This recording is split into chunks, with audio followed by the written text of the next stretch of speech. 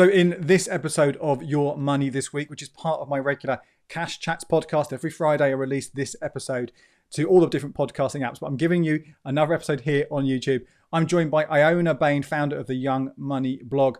Loads of news stories just to tackle this week. I hope you enjoy.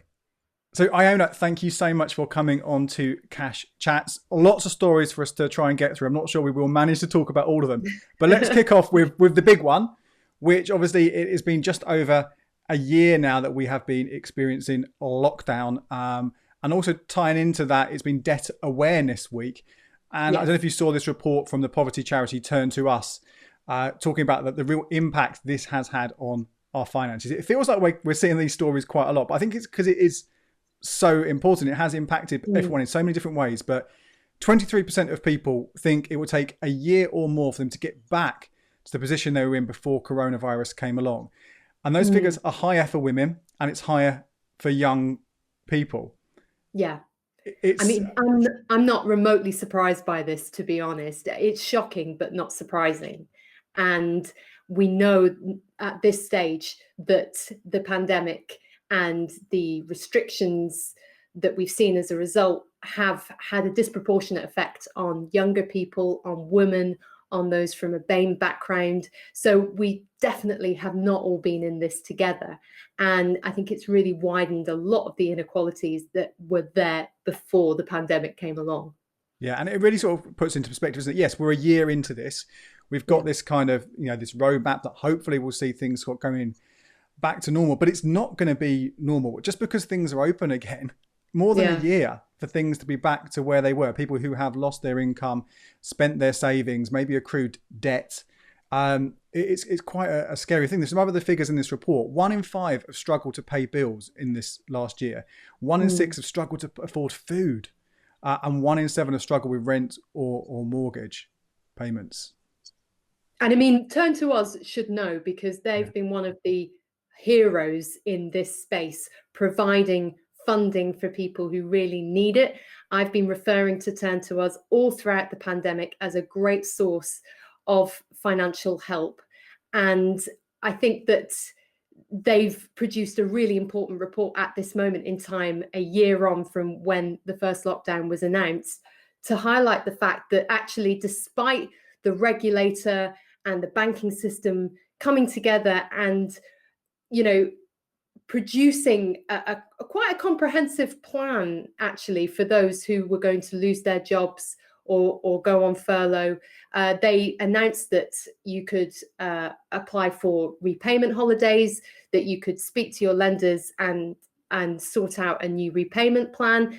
These things have helped, but clearly they've not solved the whole problem, and that there's a lot more to do. And thankfully, we are going to see a breathing space scheme introduced from May, which, it couldn't come soon enough for a lot of people who this report covers, because they're the people who are really going to need that extra space to pay back their debts. And just one more thing, I think that there's been a real difference in how renters are treated compared to homeowners, because homeowners have been able to apply for mortgage holidays, which may not always be a good idea, but that option has at least been there to them. Yes, there's been an eviction freeze for renters who have got into trouble, but I don't think anybody expects that to last that much longer. And I think there has been a real difference in how homeowners are treated compared to renters. So that's another thing that's been kind of shown up by this crisis, the difference in housing rights in the UK, the fact that renters are almost second-class citizens compared to homeowners. Yeah, absolutely. And it's a good point you made there as well about those measures that were put in place that have helped people. The few of them that are still remaining, the deadline is in the next sort of coming days, really. It's the end of the month. So if people are still worried about those sort of things, now is the time to make sure you take some action if you think it's going to help you. I mean, you could talk forever about all those different things and the pros and cons, but it's worth sort of that people do check that out right away. And absolutely. And this long-term sort of sense, this long-term recovery, I think, it's timing wise, it seems to be when I do these news reviews, it works perfectly when I have my guest that the news seems to reflect them, even though we booked you in advance. But we had the unemployment figures out again this week, and young people, again, are still the most impacted by the unemployment. So that's going to really have that knock on for how much time it's going to take for them to get back on their feet, if at all. Totally. And I was rather concerned when we saw in the budget recently that there was going to be so much more money for hospitality businesses compared to other kinds of businesses, because that suggested that they will be subjected to restrictions that will last a lot longer maybe than what we're thinking at the moment. And there is, like you said before, there's so much that we don't know about the next 3 months. We don't know whether we're going to have social distancing inside hospitality venues.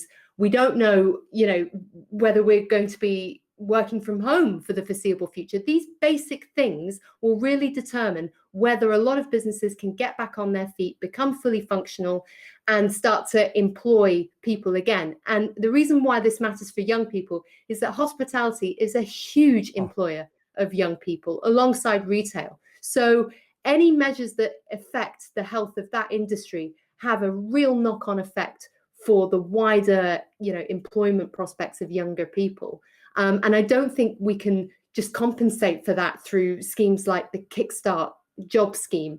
I think that basically the answer is that we need to have some certainty and some commitment to a level of normality within the hospitality and retail sector to allow those businesses to get employing young people again so they can get back on their feet. Because, all the financial advice in the world, around budgeting better and watching what you spend your money on and batch cooking, it counts for nothing if you cannot get a steady, secure job. That's what really matters.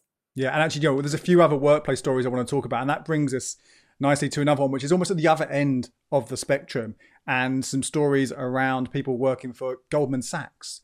I think it's mainly in the States, but I think people in the UK have kind of reflected it similar to them, and people in similar industries talking about the absolutely, mind-blowing hours that they are doing. 95-hour weeks. People sleeping 5 hours a night, working all the weekends. Saying they want an 80-hour week cap.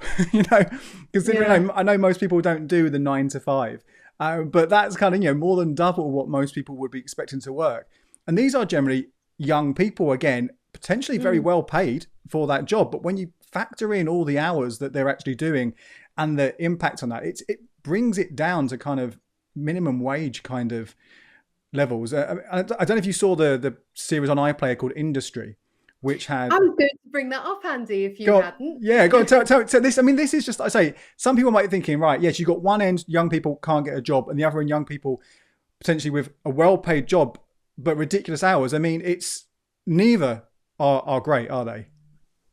I don't think so. And if you watch that series, you do have to remind yourself that it is fiction and that it is meant to be a kind of heightened, fantastical reality. But nonetheless, there is obviously a real grain of truth in what they depicted. And I think it's concerning because actually, if you think about a company like Goldman Sachs and indeed, all these, high finance companies, if they have that culture, then how does that then affect what the business is like and what kind of influence it has in the world? I think that you can make a connection between having a rather toxic workplace culture where people are, in this very macho competitive environment. You can make a connection between that and an environment in which you might end up with some very bad outcomes for investors and for clients and for you and me, for everybody out there in society who relies on these big financial companies to stay functional and to be healthy. And I think that in the run up to 2008, there was definitely, we clearly saw that there was a lot that wasn't right about the world of finance. And then after that, we had hope that maybe there would be a reckoning and that some of that culture would start to catch up with the 21st century and become a bit more enlightened and progressive. But I don't think that's happened right across the board. But perhaps this period, COVID-19, will be that moment where a lot of younger workers who previously might have felt like they had to perhaps fall in line and comply with that culture, they're turning around and going, actually, maybe not. maybe we don't have to do things that way. And I'm sure we've all had an experience in our careers. I certainly have. I don't know about you, Andy, where you feel like you're having to comply with a workplace culture that doesn't sit right with you, but you can't say anything about it because who are you? You're only a 20-something who's got no rights, no experience. You're just a kind of entitled millennial snowflake. You just need to, keep your head down and get on with the work. But actually, I think that younger people are becoming more confident about saying when things aren't right and standing up for themselves. And actually, it is the way to go, because I've found in my career that if you don't assert your rights from the get-go, it's just going to store up problems further down the line. If you don't say, look, this isn't actually what it says in my contract, or I have a right to an hour-long lunch break. If you don't assert those things right from the get-go, then it becomes much harder for you further down the line to then say, hang on a second, you can't just email me, whenever you like and expect me to answer phone calls on the weekend. It's like, well, you've never complained about it before now. So I wonder whether we need to get to a point where right from the start, we say, as we go into jobs, you're my employer, but you don't own me. Yeah, absolutely. I wonder, I've been completely self-employed now for the last 3 years. And I think I would be, if I was still in a normal workplace, I would be a very different employee than I was, in my 20s and in most of my 30s. That sense that I have, that I wouldn't stand for the things. I would, behaviors and treatment that I wouldn't have sort of, I would let it go in the past, because you say you're just sort of there and you're doing your job and you don't have the confidence or the knowledge to break through. So it is interesting that people are standing up to it. And I wonder as well how much, and again, this could be a good and bad thing as a result of the last year. We have seen that huge change in the nature of where we work. And there's been a number of stories over the weeks, but a couple of big ones just over the last 7 days. Reach PLC, who run the Daily Mirror, the Express, and lots of regional papers, they're closing a lot of their London newsrooms and offices and around the whole country as well, encouraging people to work from home. Nationwide has said it wants 13,000 staff to work anywhere. Now that this kind of gradual sort of move that was kind of happening before lockdown, before COVID, a few places were trying this flexible working, now potentially has gone fully the other way. And it's a really interesting mix here. I don't know how you would feel about it, because I know you're a freelancer as well. I certainly, could like to have the opportunity, if I had a work where I could see people maybe a couple of days a week, but I don't have that. And other people, I don't know, it's interesting. Well, how do you feel about how that might help people with these situations?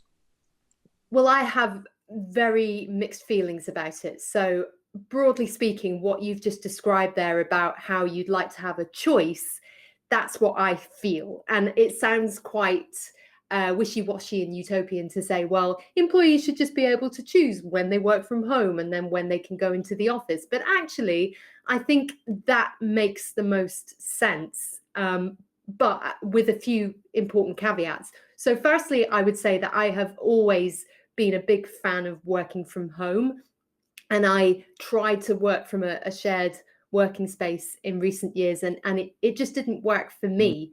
And I think it's all about personality. I think a lot of people really struggle with working from home. But I would say that younger people definitely need an office environment much more than older people. Totally. For some positive reasons and for some negative reasons. So the positive reasons are that young people really thrive on that social contact.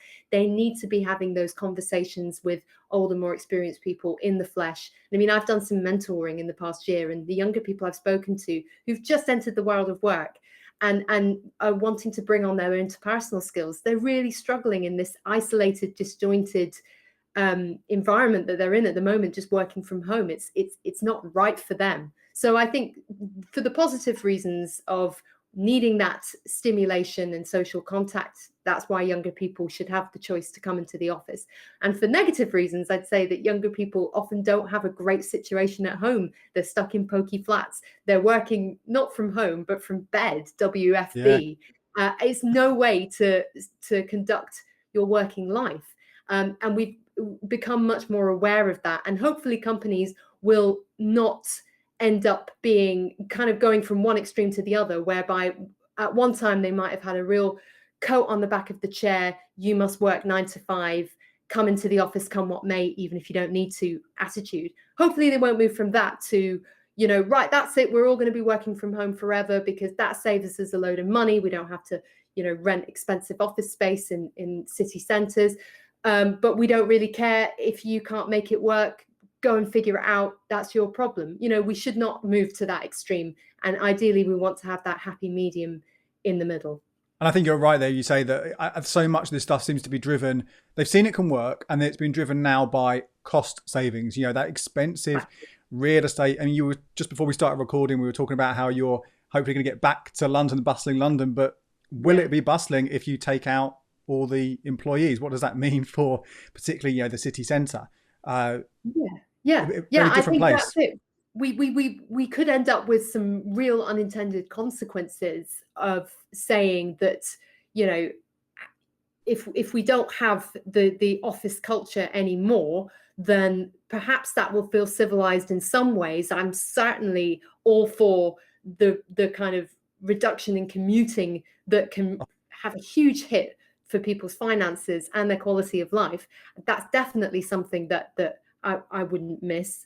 And I think that would be to the benefit of younger people because they, often have to live quite near to city centres where the working opportunities are. And because they're having to come into the office in really expensive areas and they're spending a lot of money on commuting into the centre. So it's kind of the worst of all worlds. If perhaps they can move further out to cheaper areas and then only come in a couple of days a week, that could work better for younger people. But we still want to have thriving city centres with wonderful restaurants and culture and the things that make life exciting. I don't want to see an end to that. So I'm hoping that we can figure out a way through this where we can get the best of what the last 12 months have had to offer, but not hold on to the things that have left a lot of young people feeling really isolated and bored, frankly. Yeah, and I think it's although young people particularly like to be in small places, like you say, working from bed or in the living and working in the same space 24/7. It's going to be the same for a lot of other people as well. So it's going to be very interesting to sort of to follow this as things develop. And I think there'll be a lot of mistakes, a lot of things that don't work, and people go too far one way and bring it back. Yeah. But it'd be interesting to see how that develops. One last thing we'll touch on in terms of work, and there was. I'm sure you were the same. As a personal finance journalist, I've had a date in my diary for a few weeks now of tax day, which sounds like the most boring day in the world. But this was meant to be, rather than on the budget where some announcements were going to be made, we're going to tell you about it a few weeks later on tax day, which was happened on the 23rd. And nothing really happened, did it? But you felt there was some good news that nothing happened in some ways. Yes. So I was expecting in advance of tax day that we would have announcements around national insurance for the self-employed. And I was concerned that the Chancellor hadn't discussed that area in the budget and that he was going to slip it out on tax day in these consultations instead, in the hope that that wouldn't generate as much negative publicity. Because I'm sure people remember, I think it was back in 2017, the last Chancellor, Philip Hammond, announced that national insurance contributions would go up for the self-employed because he felt that the self-employed pay less tax, they put less into the system, and they could be earning the same as someone in full-time employment, but paying less tax. He felt that this was unfair and he wanted to address it. However, there was an almighty backlash. The Sun newspaper said it was a tax on white van man, and he had to drop it. He had to say, actually, we've listened and we accept that there's a lot of really strong feeling around this issue. And I think it's because there isn't basically this understanding within the Treasury that the self-employed are very different from those in full-time employment. So different, we know that the self-employed, they don't get a pension, they don't get sick pay, they don't get holiday pay, they don't get maternity pay. These basic things that full-time employees take for granted, self-employed people take all that risk on themselves. And so, perhaps the fact that we pay a bit less tax is a compensation for that. Yeah, we put less into the system, but we take a lot less out. And in terms of, you can't really compare the self-employed experience to the full-time employee in that way. And we are going out there, we're creating work, we're fulfilling a lot of very useful roles in society. And it's bizarre because you would think that the Conservative Party would be very pro self-employed people, but over the past year we've seen that actually they haven't found a way to help those excluded from support schemes. They seem to believe that self-employed people have this weird kind of pot of money somewhere in the garden that they can just dig up and rely on in bad times. That's not how it works. If we can't work, we can't earn money, we can't put food on the table, we can't pay our bills, we're going to fall into huge problems very quickly. So I feel like this risk of national insurance contributions going up for the self-employed, it's still there. It's still a sort of Damocles hanging over our head. I'll be really surprised if Rishi Sunak doesn't try this on at a future budget and starts to make this argument, because he talked a little bit about it last year. But we've had a stay of execution for the time being, which I'm very pleased about, because at this moment in time, that kind of tax rise really is the last thing that self-employed people need. Yeah, absolutely. I mean, I'll just use the exact same word in a stay of execution, because he has, the Chancellor has said, that he's made it very clear that he thinks the self-employed aren't, as you say, put into the system and the same as everybody else, which is why he hasn't, reacted for those excluded UK people. So I think this stuff is coming, but hopefully if it does come, it's a place where the people who haven't been able to earn for the last year because they're in industries, wedding photographers or all these different people working in gigs who haven't been able to actually earn anything at all. Hopefully, at least they can be earning something, although then see it disappear straight back to the taxman pretty quickly. And there's another issue here that's interesting, which is we've seen some developments in the self-employed gig economy space, whereby the likes of Uber have been told that they have to treat their drivers as employees, they have to provide a certain level of benefits. And there's been a lot of talk for a while about whether we can automatically enroll the self-employed into pensions. And I am a little bit worried about these developments, because I'm all for self-employed people not being exploited. And if Uber drivers and Deliveroo riders are behaving more like employees and they're being treated more like employees, then it's quite right that they get the same protections as full-time employees. But I think that the whole point of being self-employed is that we understand that we're taking that risk on of not being able to work and having a kind of shaky income and having to make our own financial plans. And of course, we've got a huge pension saving crisis among the self-employed, but I'm not sure that automatically enrolling people into a pension is going to solve that crisis. I think we need better education. I think we need better understanding of the problems that self-employed workers face. Because, for instance, there could be months where they don't earn very much money, and having a huge pension contribution could be the last thing that they can afford. So I think we just need a little bit more understanding and empathy for freelancers at this time, rather than maybe rushing into policy decisions that could have unintended consequences further down the line. Yeah, I think, we'll hear more about these things probably maybe now in the autumn. Pensions as well, a big one there in terms of the tax relief that might come along, but nothing's happened yet, so there's not really much more to talk about on it. But it was a weird one, certainly, the always expectation. It was. Let's move on to another big story, and we've heard sort of variations of this again over the last few months, but this is from the FCA, a big report they did talking about young people and investing. Essentially, the headline was that the thrill of investing leads young people to take risks. And so that's the kind of thing. The actual report does say that this increase we've seen in investing, some say it's not necessarily a bad thing, that the people who are investing more now are women, under 40s, people from diverse ethnic backgrounds. These are people that the industry and journalists, we've all been trying to reach them for a long time and get them to take part more actively in investment. So that's a good thing. But they are doing it in a very different way, aren't there? There's, these apps, there's Forex, there's crypto, things which are far, far, far removed from what the traditional sort of approach to investing has been.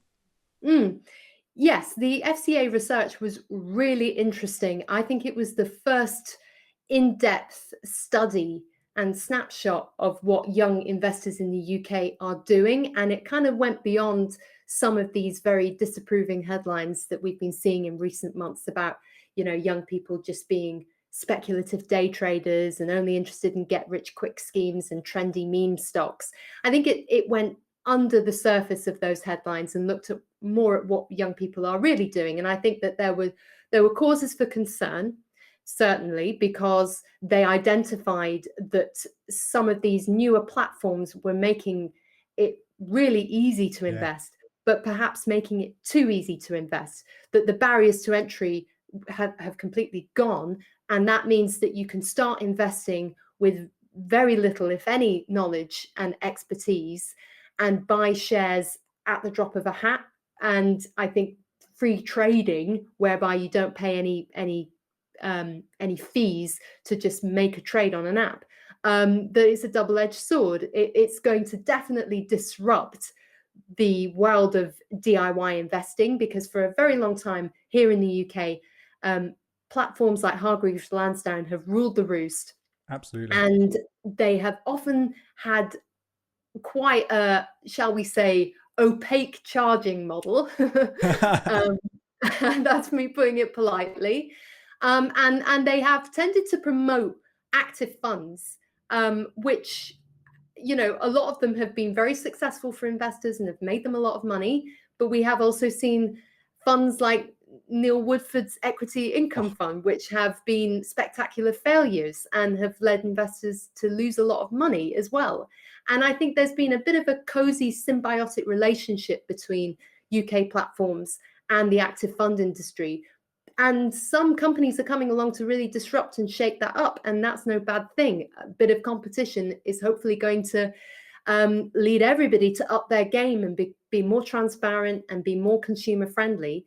But obviously we need to be aware that if people are getting into investing with very little experience and knowledge, that they could make some very costly mistakes. But I think the answer to that is not, just denigrating that whole space, pretending that, that app-based revolution hasn't happened. I mean, I read recently there was a City columnist talking about, this whole trend for jumping on bandwagons and buying trendy meme stocks and overtrading. And he said the solution was to put away your smartphone and set up an account with a broker where you're phoning the deals in over your landline.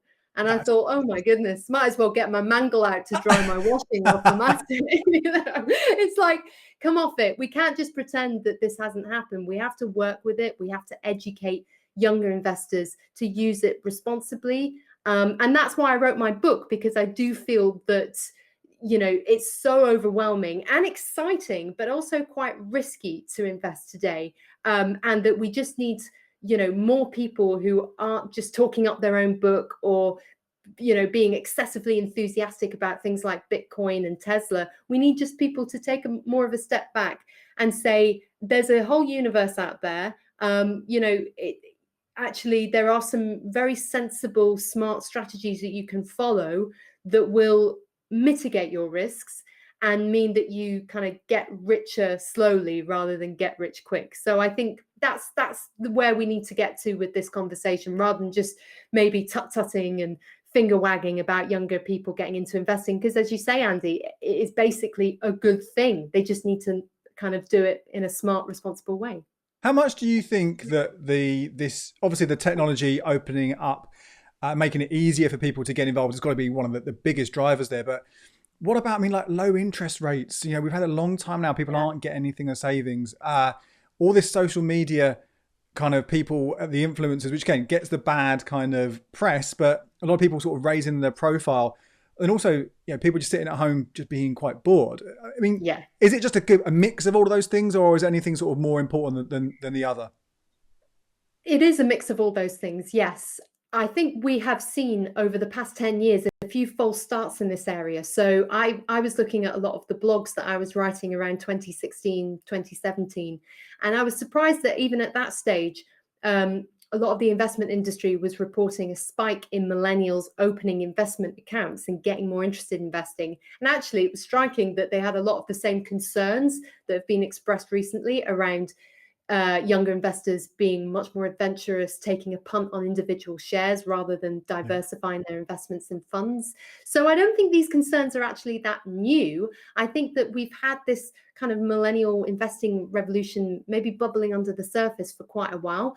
But the last year has really put rocket boosters under it because, as you say, young people have been at home, bored out of their tiny minds, and also seeing that actually there was this huge stock market crash last year. And that potentially presented an opportunity to get in at the ground floor of the market recovery.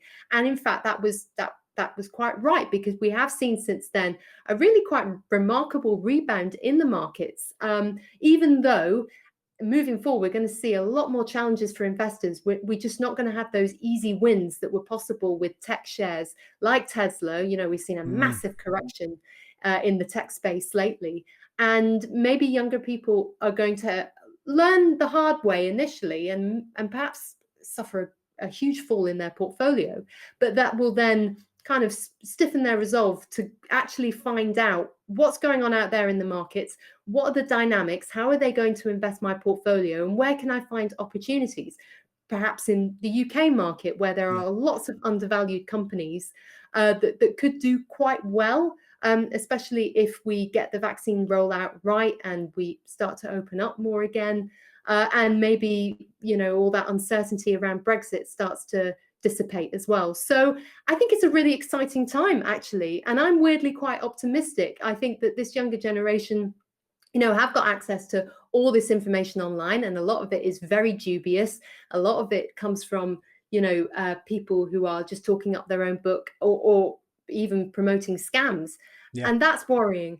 But also, time is on their side. Young people have got potentially years ahead of them in their investing journey, and this is just the beginning. So I don't think we should get too concerned about whether young people are going to just be scarred for life and then quit the stock markets next year and never think about investing ever again.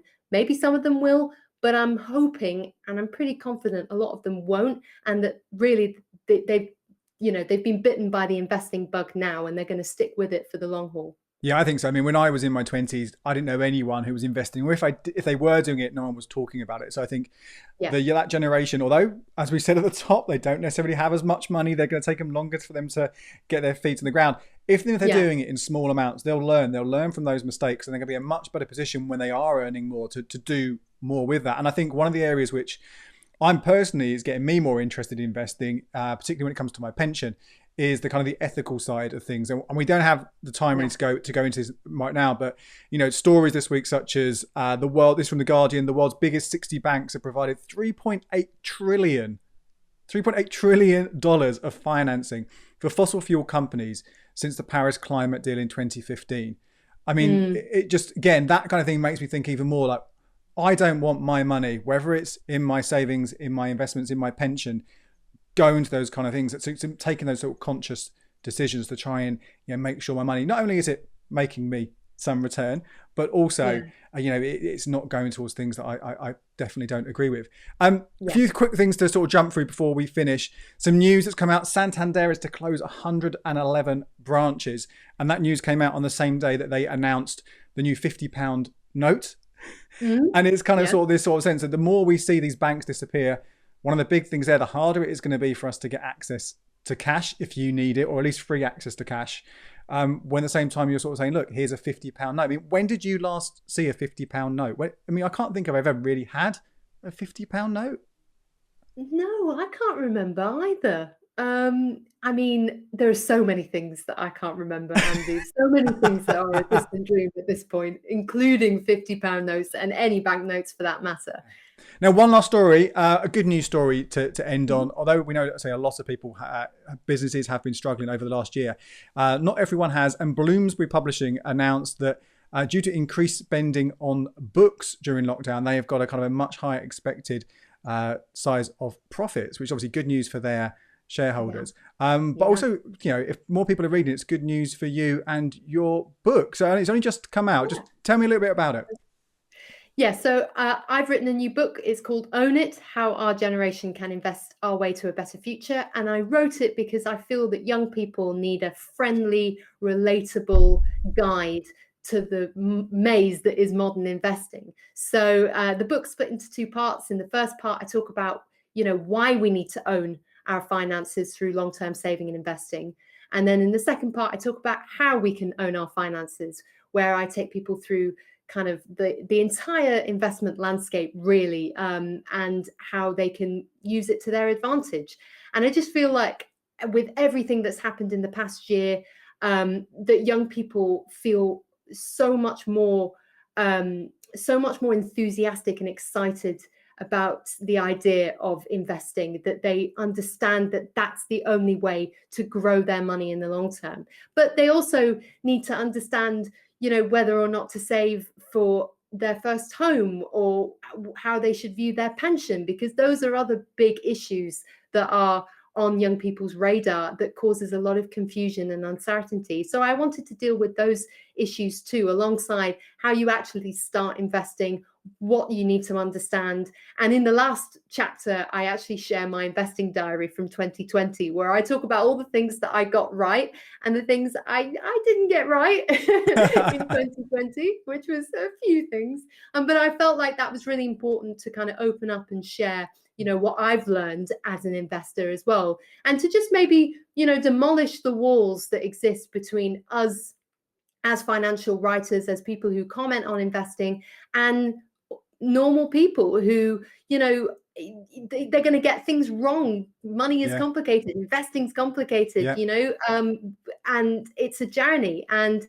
the most important thing is that you just get started, that you're open-minded, that you're willing to learn, and that you get informed. And I think, coming back to what you said about books, I do feel like young people still want to read books, because with the internet providing just this, absolute phantasmagoria of information that's constantly available and that's overwhelming, sometimes people want to take a step back and read something that's more thoughtful, more considered, in its proper context.